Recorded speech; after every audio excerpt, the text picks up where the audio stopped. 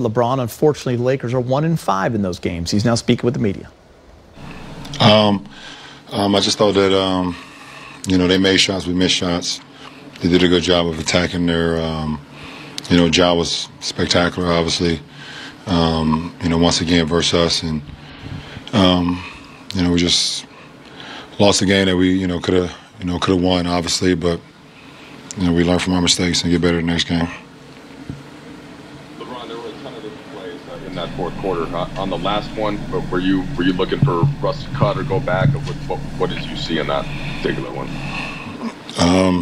Yeah, it looked like Russ was going to go back door at one point, and he backed back out, and I was already in the air. I had slipped before on my drive, which kind of threw my rhythm off.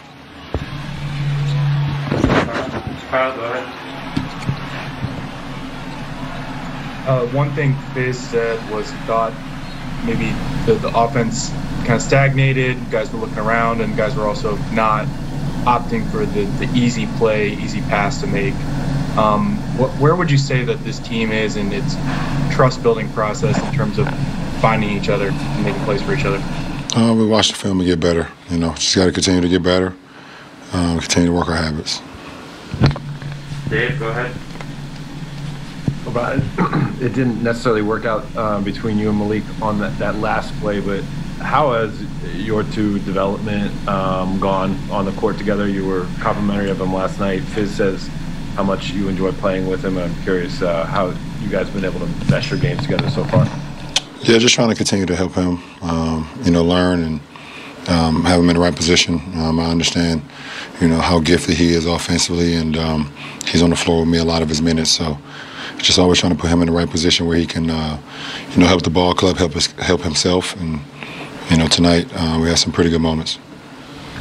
Dan, go ahead. LeBron, there's a certain element of this that with you guys that there are going to be turnovers. Like, it's just sort of, part of the way I think you guys play. But how big of a problem has that been, in your opinion, so far through this season? I apologize for the crying baby, but how big of an issue do you think that's been in kind of keeping you guys from getting, more on track?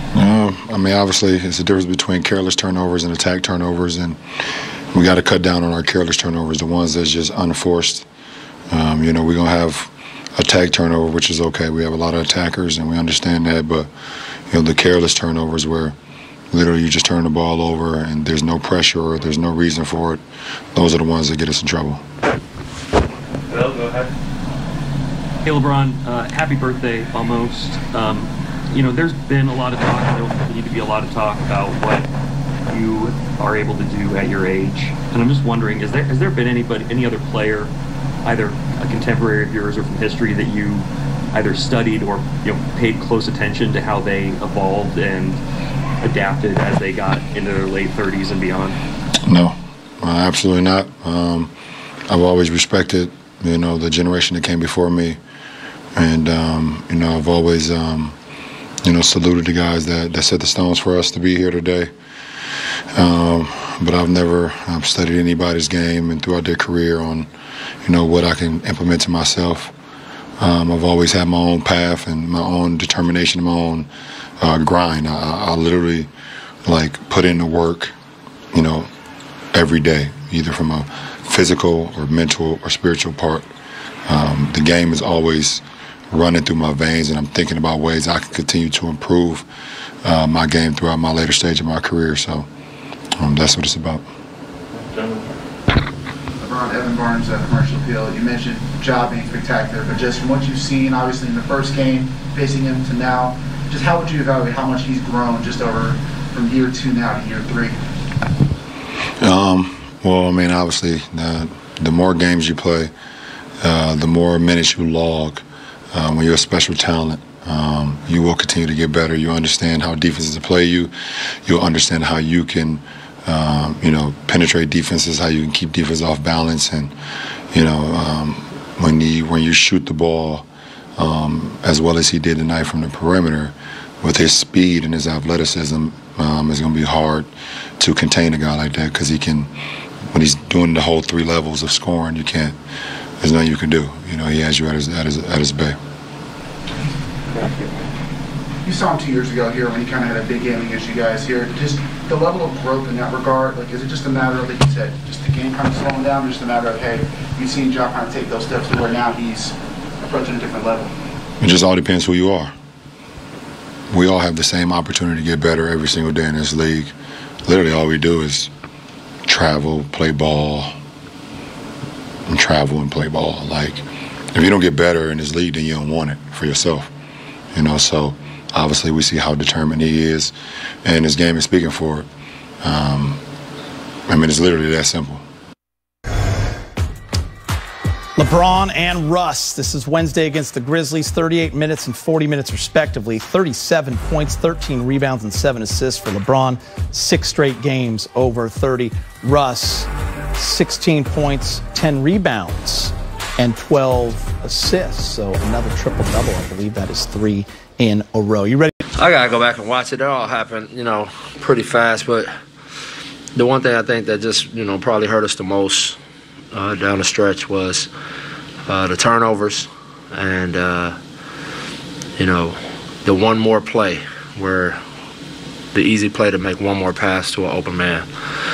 But, you know, I got to go back and watch the film. And then, what was your perspective on that final possession there with the down three? Well, that's what I said. That was a play. I got blocked out, but I thought, and the guys are telling me that, you know, we were making an extra pass and executing with precision, and we just got away from that.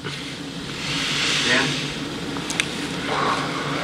You kind of just touched on it, but whether it's the turnovers or some mistakes around the rim, just even stepping back to big picture, how much of, like, the failure to make the easy play or the simple play ahead of you guys, how much has that haunted you guys this year? A lot.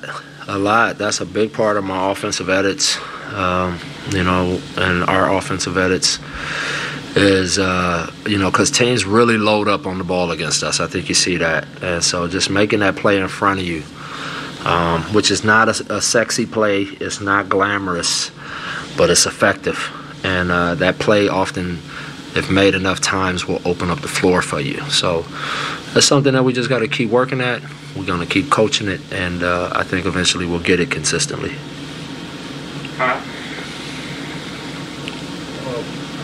There's just sort of in a larger picture, the 16 points in the fourth quarter.